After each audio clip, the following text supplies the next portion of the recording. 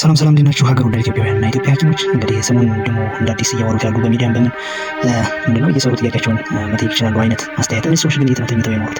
6 ዓመት ሙሉ ሐኪም እየጮኸ ሐኪሙ ራብኝ፣ ጠማኝ፣ መኖር አልቻልኩም፣ መንቀሳቀስ አልቻልኩም፣ ልጆችን ማሳደግ አልቻልኩም፣ ወጥቼ መግባት አልቻልኩም፣ የትራንስፖርት መከፍሉ አጣሁ፣ ዳቦ መግዣ አጣሁ እያለ በሚጮህበት በዚህ 6 ዓመት ውስጥ እነዚህ ሰዎች የት ነበር የነበሩት?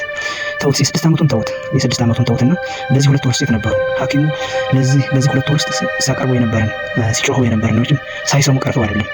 በጣም የሚያሳዝን አይነት ምን አይነት ድንቁርና ላይ እንደሆኑ እንግዲህ እግዚአብሔርም ይላቸውና እግዚአብሔር አይቶ ይፍረድባቸው እንጂ እነዚህ ሰዎች ድንቁሩ ምንድነው ድንቁርናው? የአእምሮ ድንቁርና ነው እንጂ የጆሮ አይደለም። የአእምሮ ድንቁርና ሜንታል ኮንስቲፔሽን የያዛቸው ሰዎች ናቸው እነዚህ ሰዎችና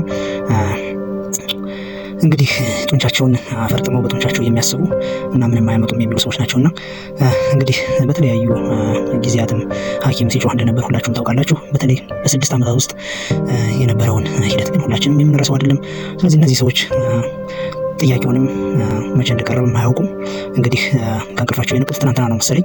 እንግዲህ እንደዚህ አይነት አስተያየት የሚሰጡ ሰዎች በጣም የሚያሳዝኑ አይነት ሰዎች ናቸው። ሜንታል ኮንስቲፔሽን የያዛቸው ሰዎች ናቸው ብዬ ነው የማስበው። ዲር ፊዚሽያንስ ዱ ኢት ኤንድ ጎ ኦን ኤንድ ስቴይ ስትሮንግ ኢን ዮር ሙቭመንት